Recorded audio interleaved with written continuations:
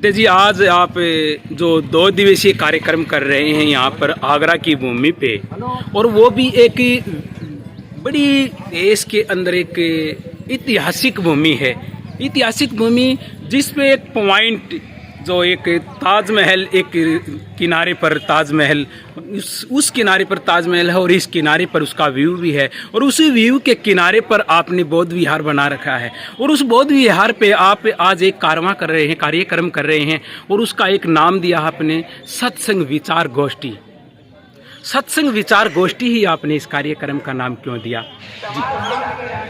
देखिए, मैंने ये जब ओपनिंग की थी उस टाइम बताया था, ये जो जैसे मान लिया कोई गरीब व्यक्ति है, उसके घर में आधा किलो चावल का आटा है, आधा किलो मक्के का आटा है, आधा किलो ज्वार का आटा है, 1 किलो चने का आटा है, 2 किलो गेहूं का आटा है। अचानक रात 10 बजे कुछ मिलने वाले आ जाएं और वो भोजन मांग लें, तो समझदार गृहिणी देखेगी क्या मैं ये अलग अलग रोटियां बनाऊं या क्या करूं। समय भी कम चाहिए, नहीं तो रात के 2 बज जाएंगे भोजन में। ऐसे ही थोड़ी थोड़ी दाल बची हो तो क्या करेगी, वो थोड़ा थोड़ा सारा इकट्ठा करके और वो इकट्ठा भोजन बना देगी। जब वो इकट्ठा भोजन बन जाएगा, उसमें चावल का टेस्ट भी होगा, मक्के का भी होगा, बाजरे का भी होगा, ज्वार का भी होगा, गेहूं का भी होगा, चने का भी होगा। तो कोई बना के देख लो, ऐसी रोटी बहुत मजेदार बनती है। अगर कोई ऐसी रोटी बना के देख ले, किसी को क्या पता ये जो है ना इतना मजेदार भोजन कंगाली में बनाया है या इन्होंने हमारे स्वागत में बनाया, उनको तो मजा आएगा ना खाने में। इसलिए हमारे पास सब कुछ है, लेकिन थोड़ा थोड़ा है और वो बिखर के अलग अलग दिखाई दे रहा है। तो वो जो बिखरा हुआ जो सामान है वो इकट्ठा करके, जैसे साधु संत, समाज सेवी संगठन और भिक्षु, ये सब जो है ना, शक्ति तो है और भरपूर है, लेकिन बिखरी हुई है। तो इसलिए हमने इस बिखराव को इकट्ठा करने के लिए संतों को हमने न्योता दिया कि आप आइए, देखो हम आपको न्योता देते हैं, बराबरी का सम्मान देंगे। हाँ, सबके लिए लिख के और हमने ये न्योता दिया। कहाँ कहाँ से पहुँचे हैं आपके पास? देखिए, मीना रक्षित जी बंगाल से आए हैं, कोई आंध्रा से है, कोई गुजरात से है, कोई पंजाब से है, ऐसे अनुमानित महाराष्ट्र से। तो 14-15 स्टेट के भिक्षु और साधु सन्यासी। इसका मकसद जानना चाहेंगे कि इसका मकसद क्या है? मकसद जो है, इस देश में 2 विचारधारा है। एक विचारधारा गुलाम बनाने वाली है और दूसरी विचारधारा आजाद बनाने वाली। जो गुलाम बनाने वाली विचारधारा है, उन लोगों ने अपना संगठन मजबूत बना के गुलामी थोपने का काम जबरदस्ती किया हुआ है। हमें समझ में आ गई कि ये हमें जो है ना मनुवादी लोग गुलाम बना रहे हैं। हमारे जितने भी बौद्धों के स्थान हैं उनको तहस नहस कर रहे हैं, और भी हमारे बहुजन के लोगों का जितना भी रोजगार है उसको बंद कर रहे हैं, एकाएक कठिनाई दे रहे हैं। जिस घर में जवान बेटी शादी के लायक है, उसका इतना हिसाब किताब नहीं छोड़ दिया इन लोगों ने कि उसकी शादी ठीक ठाक कर दें। नौकरी वाले परेशान, व्यवसाय वाले परेशान, लेबरर परेशान।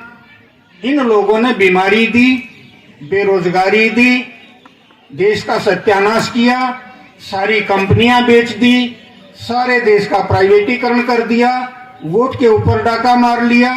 तो हम जो है ना अब यहाँ तक भर चुके हैं, जान चुके हैं कि ये बेईमान और कितना बेईमाना करेंगे। हम इनको बात में समझाना चाहते हैं, ये हमारा जो है ना जो डाका मार रहे हैं, अब हम उनको जो है ना डाका नहीं मारने देंगे।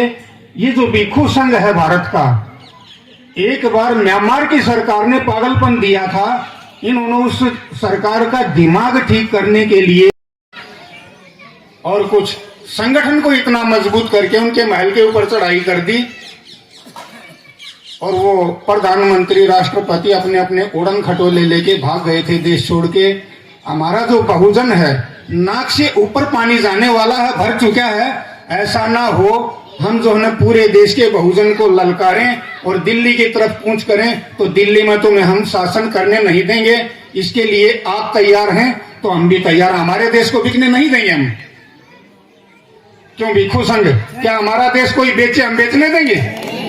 नहीं बेचने देंगे। हाँ संतो, आप भी बताओ,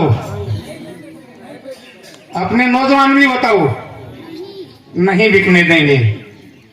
ये जागरण हम पूरे देश में चलाएंगे और हम हमारे देश को कोई अगर बेचे, भाई वो जब बेच सकता है जब उसकी माँ दहेज में लेके आई हो देश को, उसकी नानी दादी को कहीं से मिला हो खैरात में। देश हमारा बेचे कोई, हम क्यों बेचने देंगे? हम अब ये इशारा दे रहे हैं, हमारी बात, इसमें इंटेलिजेंसी का कोई आदमी होगा क्यों? जहां कहीं भी 10 आदमी इकट्ठे होते हैं वहां ये लोग आते हैं, खुफिया लोग। मैं उनको बताना चाहता हूं, अपने आला अधिकारियों को आराम से बता दें कि बहुजन समाज पूरे देश का पूरी तरह तैयार है। 18 राज्यों में मैंने काम किया है, मेरी साइलेंट यात्राएं चली हैं, सैकड़ों भिक्षु मेरे साथ चले हैं, साथ साथ 8-8 महीने हमने जो है ना वो तैयारी की है। अब हम अपने जीवन के आखिरी पड़ाव में हैं। हम बिना आजादी देखे, बहुजन को बिना आजाद किए मरना नहीं चाहते। ये बहुजन तैयार है। हम जो है ना ये आजादी देख के इस शैतान को या तो शांत कर देंगे या इसको समझा देंगे, दो में से एक ही काम करेंगे। लेकिन ये लोग ये चाहें कि हम तलवार से जीत लें या सातिराना ढंग से जीत लें, इनका मंसूबा हम नहीं चलने देंगे। बहुजन तैयार है, भिक्षु संघ आगे है। भिक्षु संघ इनसे प्यार मांगेगा, सत्कार मांगेगा, भिक्षा मांगेगा और रोड के ऊपर काम करेगा। ये हम करने को तैयार हैं। ये मेरा संदेश। यदि सरकार आपकी इस बात को नहीं विचार में लेती है तो अगला कदम क्या रहेगा? देखिए, मुझे नहीं लगता कोई पागल से पागल आदमी जब तक किसी के ऊपर चोट मारता है, जब तक सामने वाला तैयार नहीं होता। हमने अंगड़ाई ले ली है, वो नहीं मानता ना, तो जो लोग जिनको ये रोज रोज परेशान करते हैं वो लोग यहां तक भर चुके हैं।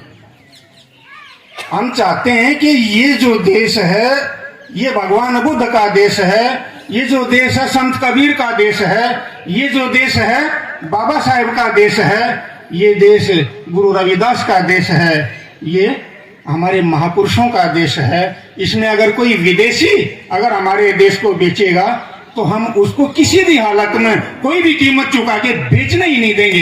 ये हमारा चैलेंज है। Thank you. कबीर समाज सुधारक के रूप में जाने गए, सबसे बड़े समाज सुधारक के रूप में कबीर को कहा गया। और संत शिरोमणि, संतों में शिरोमणि रविदास को कहा गया। तो क्यों समाज सुधारक के रूप में कबीर आए, उन्होंने उस टाइम कहा कि चलती चक्की देख के और दिया कबीरा रोए, और दो पाटन के बीच में साबुत